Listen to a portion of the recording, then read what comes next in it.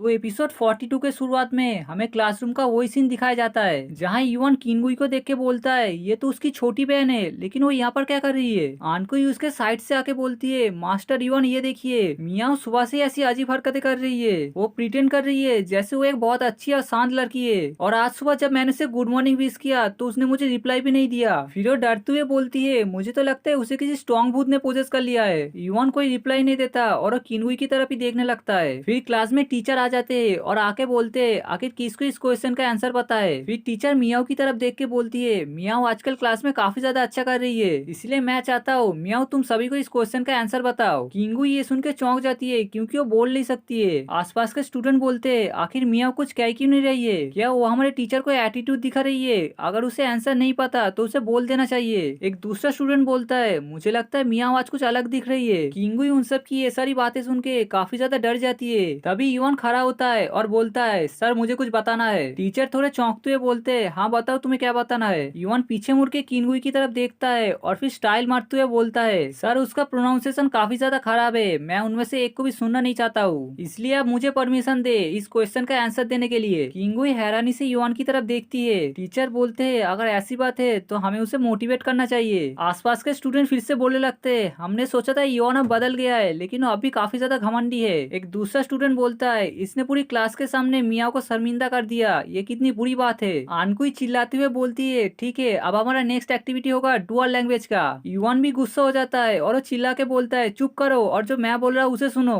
तभी क्लास खत्म हो जाता है। किंगुई ये देख के चैन की सांस लेती है। आसपास के बच्चे बोलते हैं चलो क्लास खत्म हो गया इसलिए खाना खाने चलते हैं। बाकी के स्टूडेंट एक दूसरे से बोलने लगते हैं चल हम लोग कैफेटेरिया चलते हैं। दूसरा स्टूडेंट बोलता है नहीं मैं अपना खाना घर से लाई हूँ। एक लड़की उनको चिल्ला के बोलती है क्लासरूम में मत खाओ, तुम लोग क्लासरूम को गंदा कर रहे हो। किंगुई दूर से उन लोगों को ऐसे देख रही होती है और फिर उदास हो जाती है। तभी उसके सामने आनकुई आती है और वो डरते हुए बोलती है अगर तुम बुरा नहीं मानो तो तुम मेरा लंच खा सकती हो, मैंने केचप से अपने खाने में एक तालिस्मान बनाया हुआ है, मुझे पता नहीं ये काम करेगा या नहीं लेकिन मियाओ मैं तुम्हें बचाने की पूरी कोशिश करूंगी। किंगुई ये देख के काफी ज्यादा हैरान हो जाती है। तभी उनके सामने युवान आता है और आके बोलता है अगली बार तुम मियाओ को मेरे ऊपर छोड़ सकते हो। आनकुई बोलती है मास्टर युवान अब फाइनली मियाओ के ऊपर से उस भूत को हटाने वाले हैं। युवान किंगुई की तरफ देखता है और बोलता है अगर तुम्हारे पास थोड़ा वक्त है तो मुझे तुम्हारे साथ कुछ बात करना है। किंगुई उसकी ऐसी बातें सुन के चौंक जाती है। नेक्स्ट सीन में हमें एक गार्डन का दिखाया जाता है जहाँ युवान और किंगुई बैठे हुए होते हैं। युवान बोलता है जैसा मैंने एक्सपेक्ट किया था ये तुम्हारे बहन का आइडिया है। फिर वो सीरियस होकर बोलता है इसमें कोई शक नहीं है कि तुम ऐसे एक नॉर्मल स्कूल लाइफ जी सकती हो, लेकिन अगर तुम मियाओ की जगह यहाँ आई हो तो तुम काफी जल्दी नोटिस हो जाओगी और इस बात से तुम्हें काफी ज्यादा प्रॉब्लम का भी सामना करना पड़ेगा। किंगुई एक पेपर पे लिख के बोलती है तुम्हारा शुक्रिया मेरी मदद करने के लिए। युवान हंसते हुए बोलता है कोई बात नहीं, तुम्हें शुक्रिया बोलने की जरूरत नहीं है। फिर युवान थोड़ा सा सीरियस होकर बोलता है तो किंगुई तुम्हें स्कूल लाइफ कैसा लगा। किंगुई ये सुन के चुप रहती है और कोई जवाब नहीं देती है। युवान भी उसे ऐसे देखता है। फिर किंगुई अपने पेपर पे कुछ लिखने लगती है। युवान उस पेपर को देख के बोलता है अच्छा तो मुझे अब समझ में आया। फिर वो किंगुई से बोलता है तुम क्लासरूम में आने का रास्ता जानती हो तो फिर मुझे अब चलना चाहिए। किंगुई उसके टी शर्ट को पकड़ लेती है और फिर से अपने नोटबुक में कुछ लिख के उसे दिखाती है। युवान हंसते हुए बोलता है मैं समझ गया, तुम्हें चिंता करने की जरूरत नहीं है। फिर वो अपने सामने कुछ पेड़ों की तरफ देखता है और फिर अपने सर के सामने चुटकी बजाता है। युवान बोलता है मैं ये करना नहीं चाहता था, लेकिन तभी वो उस पेड़ की तरफ देखता है और उसके पास जाके बोलता है मुझे लगता है अब तुम्हें छुपना बंद कर देना चाहिए। हमें दिखाया जाता है उस पेड़ के ऊपर मियाओ का लव मीटर होता है। मियाओ उस पेड़ से बाहर नहीं आती है। ये देख के युवान थोड़ा गुस्सा हो जाता है और फिर वो उसके बालों पे हाथ लगाते हुए बोलता है मुझे पता है तुम यहाँ पर हो। मियाओ जल्दी से वहाँ से बाहर आ जाती है और वो चिल्ला के बोलती है आखिर तुम्हें पता कैसे चला मैं यहाँ पर हूँ। युवान उसके लव मीटर को सोचते हुए बोलता है क्योंकि तुम काफी ज्यादा स्पेशल हो। मियाओ ये सुन के शर्मा जाती है कि युवान ने उसे काफी ज्यादा स्पेशल बोला है और फिर वो शर्माते हुए अपने हाथों में जो पेड़ होता है उसे उसके मुंह में मारते हुए बोलता है आखिर तुम कहना क्या चाहते हो। युवान बोलता है लेकिन इस बार मैंने ऐसा क्या बोल दिया। मियाओ शर्म के मारे पीछे मुड़ जाती है और वो बोलती है अब मैं जा रहा हूँ, तुमने पहले ही मेरे सीक्रेट को नोटिस कर लिया है तो अब मुझे जाके इसे प्रोटेक्ट करना होगा। युवान जल्दी से उसका हाथ पकड़ लेता है और फिर बोलता है मुझे किंगुई के बारे में तुम्हारे साथ कुछ बात करना है, क्या तुम श्योर हो कि तुम इसे सुनना नहीं चाहती हो। मियाओ ये सुन के चौंक जाती है और इसी के साथ ही हमारा एपिसोड 42 यहीं पर ही खत्म हो जाता है।